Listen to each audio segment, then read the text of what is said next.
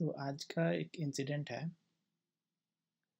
मैं एक प्रोजेक्ट का प्रपोज़ल बना रहा था और बेसिकली वो एक प्रपोज़ल है प्रोसेस इम्प्रूवमेंट के लिए कि एक करंटली एक प्रॉब्लम है और उसको अम, हम लोग कैसे उसको इम्प्रूव कर सकते हैं। तो उसके कारण सबसे पहले बताना पड़ता है कि कोई वो प्रॉब्लम है क्या और वो क्यों वो प्रॉब्लम को सॉल्व करना इम्पॉर्टेंट है, वो कितना पेनफुल प्रॉब्लम है। उसके बाद सॉल्यूशन और एक्शन आइटम जो भी लिखते हैं। तो उसमें प्रॉब्लम क्या हुआ कि जो शुरू का जो नैरेटिव होता है कि ये प्रॉब्लम इतना इम्पोर्टेंट क्यों है, उसमें मैंने जो अ, एक रीसेंट इवेंट है उसको मैंने डिस्क्राइब किया कि ये प्रॉब्लम इस कारण से बहुत ही पेनफुल प्रॉब्लम है और हमको सॉल्व करना चाहिए इसे। लेकिन उस जब मैंने प्रपोज़ल पूरा बना दिया और फिर मैंने बाकी लोगों को इनवाइट किया उसमें फीडबैक के लिए, डॉक्यूमेंट में जैसे गूगल डॉक में होता है लोग कमेंट करते हैं। तो क्या हुआ कि जो प्रॉब्लम है वो जिस तरह से मैंने जैसा वो प्रॉब्लम है उसको वैसे ही मैंने डिस्क्राइब कर दिया। उस कारण से क्या हुआ कि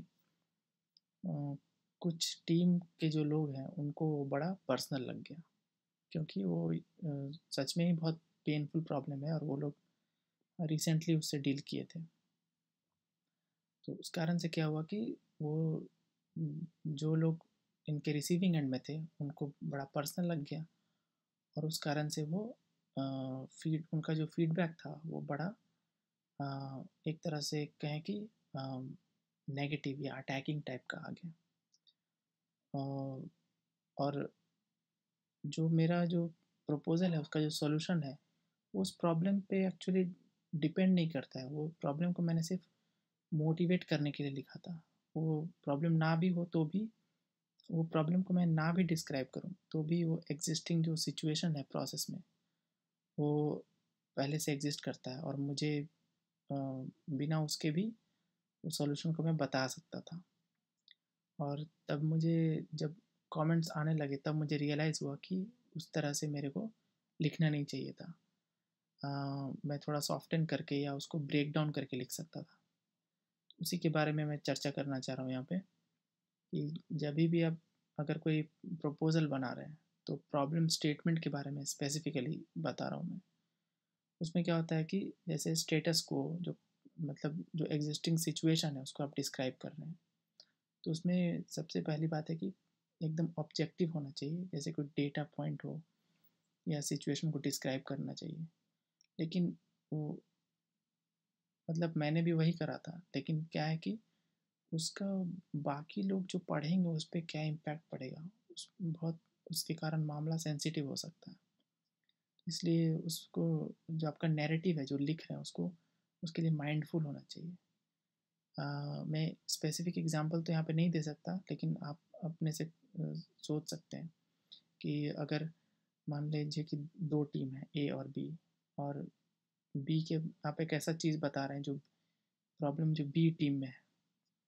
बी टीम को ऐसे ब्लेटेंटली आप लिख देंगे कि वो प्रॉब्लम है तो उनको हर्ट हो सकता है। तो आप डेटा से बैक करके छोटा छोटा उसको ब्रेक डाउन करके लिख सकते हैं और बहुत ही केयरफुल रहना चाहिए कि वो रिसीव उनका कैसे होगा। इसलिए थोड़ा बार बार पढ़ना चाहिए और थोड़ा टाइम लेना चाहिए कि थोड़ा ब्रेक लेके थोड़ा सोच लिए कि अरे कहीं उनको नेगेटिव तो नहीं लगेगा। और पर्सनल तो बिल्कुल भी नहीं होना चाहिए। कैसी पर्सनल मीन्स कि ये पॉइंट नहीं कर सकते कि इस आदमी ने ऐसा करा और उसके कारण ये क्रैश हो गया, ऐसा नहीं लिख सकते। सिर्फ डेटा पॉइंट, इवेंट, सिचुएशन को डिस्क्राइब करना चाहिए। मैं नहीं भी मैं सॉल्यूशन और एक्शन आइटम पे नहीं जाऊँगा, वो ऑलरेडी बहुत ही डिस्ट्रैक्टिंग हो जाएगा। सिर्फ प्रॉब्लम स्टेटमेंट पे ही बात कर रहा हूँ, क्योंकि कोई भी प्रपोज़ल होता है उसका सबसे जो फर्स्ट पार्ट होता है वो होता है प्रॉब्लम स्टेटमेंट। और वो कितना स्ट्रांगली आप ले रहे हैं, एक तरह से जब आप किसी स्ट्रेंजर से मिलते हैं तो फर्स्ट 10-20 सेकंड में जो आप उसको इवैल्यूएट करते हैं, उसी तरह जब भी एक रिपोर्ट बनाते हैं तो उसका फर्स्ट 10-20 सेकंड जो होता है वो प्रॉब्लम स्टेटमेंट पे जाता है। और उसी 10-20 सेकंड से जो रीडर है उसका मेंटालिटी बन जाता है, फिर उसके बाद उसको चेंज करना मुश्किल हो जाता है, क्योंकि एक ओपिनियन बन जाता है माइंड में। एज ए ह्यूमन बीइंग हम लोग का टेंडेंसी होता है ऐसा। इसलिए कोई भी प्रपोजल पे थोड़ा नहीं, एक्चुअली बहुत केयरफुली सोचना चाहिए कि हम क्या लिख रहे हैं। ओके, इस वीडियो में इतना ही। Thank you.